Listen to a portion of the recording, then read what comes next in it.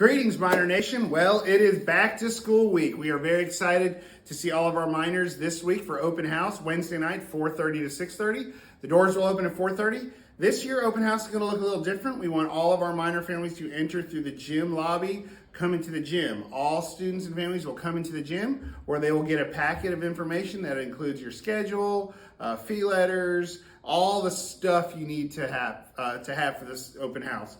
Get your packet, then you'll be able to go tour the building, go meet your teachers, go see the building. We've done a lot of facility improvements this summer to try and get ready for everybody here. As principal, I'm very excited to get to meet my whole new set of families. A lot of you I've already known from my years at the high school or maybe even back from my Wolf Meadow days, but I'm very excited to see everybody here. Come out to open house 4:30 to 6:30 Wednesday night.